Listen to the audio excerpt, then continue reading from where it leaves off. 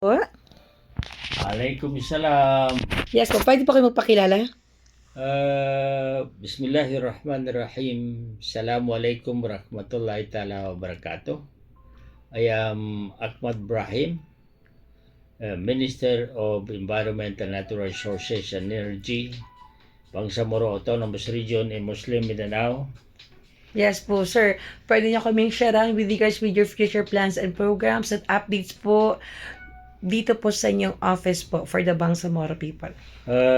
Tungkol naman dito sa opisina ko, alam niyo, ito ang pinaka-busy na opisina when it comes to pagpapatakbo po ng energy, pagtatakbo po ng environment, at saka po, itong opisina ko dito sa Menri po, ay may 7 kami pong director services po.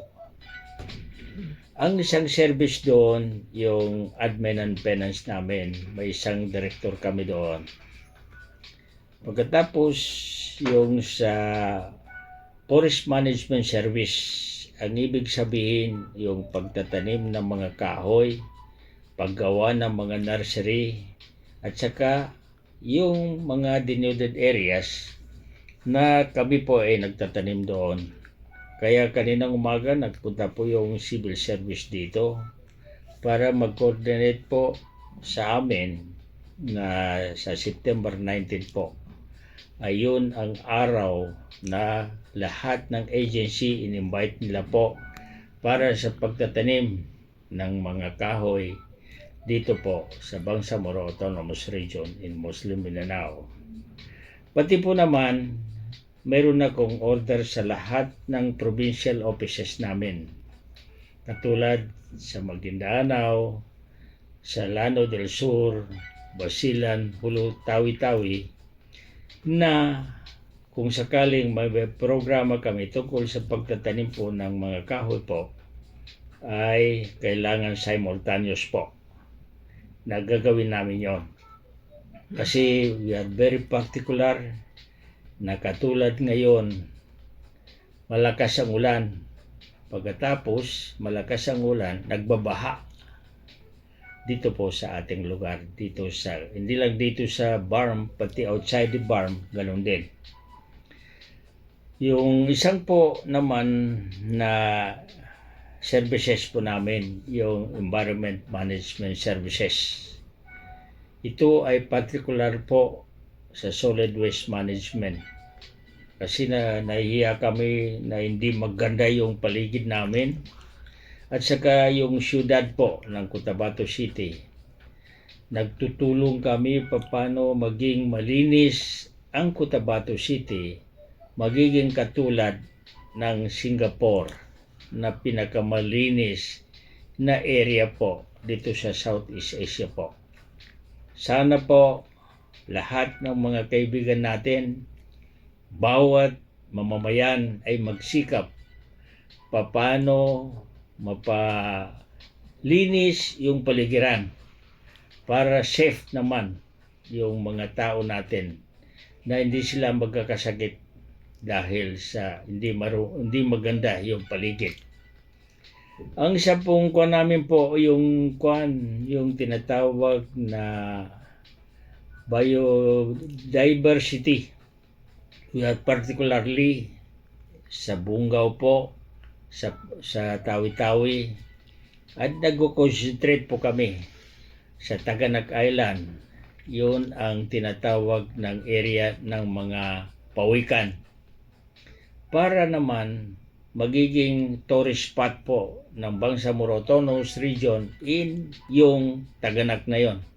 Maraming pawikan doon. Last time pumunta ako doon, nag-attend ako po sa adlaw ng pawikan. Nagiging resource speaker nila ako doon. Pati yung galing po sa Malacanang na tao po ni His Excellency President Bongbong Marcos po. Ngayon naman, alam niyo itong office ko, 2 na ang Director General ko dito.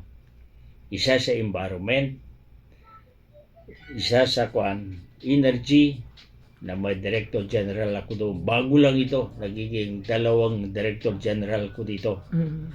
Meron sa environment, meron sa energy.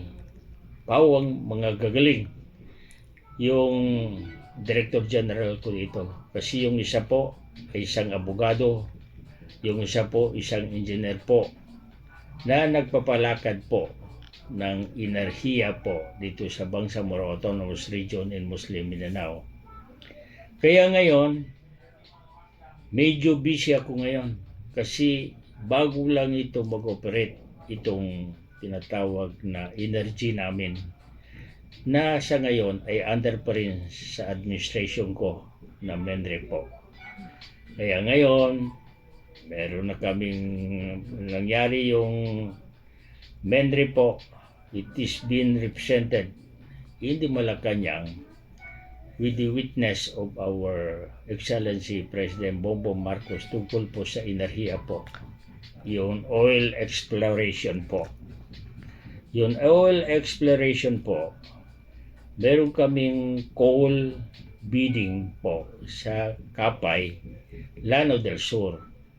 Na nagbibidding na kami doon yung tungkol sa coal. Pagkatapos naman doon, nagkaroon din kami ng project doon, yung tinatawag na mini hydroelectricity. Nandoon sa Kapay para magkakaroon sila ng electricity sa Kapay po, sa isang munisipyo na bago lang kami nagpirmahan po ng tinatawag na Memorandum of Agreement. Pagkatapos naman, meron din dito kaming sa Marugong.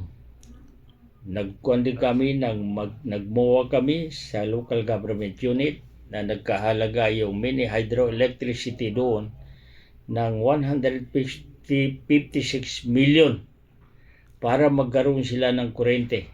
Kung sakaling hindi na makaya ng Lasoreco, sila na ang magiging model po ng kuryente po sa kanilang munisipyo po. Kaya busy ngayon yung MENRE ngayon. Susunod naman yung Cotabato Basin naman, yung tungkol sa Liguasan Mars. Yes. Kailangan oil and gas exploration yan. Marami na kami mga investor na nag-participate po sa mga bidding namin. Baka siguro mga August 27, 2024, magkakaroon na kami ng bidding po tungkol sa Cotabato Basin. At saka pangatlo po, yung Sulu, 2 basin kami doon sa Sulu Sea. Malapit po sa Taganak Island, malapit po sa Mapon. Baka magkakaroon na tayo ng maraming resources doon. Kaya open kami ngayon. Kaya yan ang ginagawa ng opisina namin ngayon. For the meantime na nandito yung media po natin, isang magandang media po, kasama ko rin at kababayan ko rin na taga Cotabato City po. Thank you po. Oo. May sasabihin pa po kayo? Depende sa iyo. Oo. So, Sir, with regards, ano pa po yung, give us, pwede po tayong bigyan natin, paano natin ma-convince si national government na i-extend pa po yung BARMA na hindi po muna ma-postpone yung election? Anything, any message from you po? Alam po ninyo, kami po, kung anong utos po ng kagalang-galang na presidente namin, kung sakaling ma-extend itong election po sa 2025, kami rin ang nagpapasalamat po sa presidente natin. Pero kung sakaling itutuloy po ng presidente na magkaroon ng election, ready po kami. Dahil may political party po kami, United Bangsamoro Justice Party. Yun ang party po ng Moro Islamic Liberation Front na nalagay po sa Bangsamoro Organic Law namin. Kaya ngayon, kahit anong doon sa dalawa, ready kami. Dahil pinag-aralan namin mabuti kung paano namin mapaunlad po itong Bangsamoro Autonomous Region in Muslim Mindanao na pinangungunahan po nakagalang-galang na Chief Minister namin, si Alhaji Murad Ibrahim, at saka yung mga kasama niya po sa Parliament, kasama po niya po sa Cabinet, at sa lahat ng agency po dito sa Bangsamoro Autonomous Region in Muslim Mindanao. Kaya ngayon, nandito kami ngayon, ready kami kahit anong saan sulok ng tinatawag na mangyari po, as long as it is the mandate of the President of the Republic of the Philippines. Yes po. So, any message po or panawagan natin para sa taong bayan sa Bangsamoro po? Sa lahat po ng taong bayan, alam mo itong aming party po, yung UBGP, ito yung tinatawag na genuine political party po. Ito yung parte na kahit walang election, continuous po yung mandate niya. Paano edukaduhin yung mga tao namin na Bangsamoro, yung mga Kristiyano, yung mga indigenous people na kailangan magkaisa po, alang-alang po sa kapakanan po ng Bangsamoro Autonomous Region in Muslim Mindanao. Kaya ngayon, nagsisikap kami ngayon. Imagine for 50 years of struggle.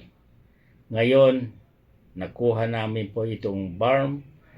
Pagkatapos, kailangan namin dito sa BARM na magkakaroon po na maraming eskwelahan, maraming hospital po, maraming sistema para matuto naman yung mga anak namin na Kaya ngayon,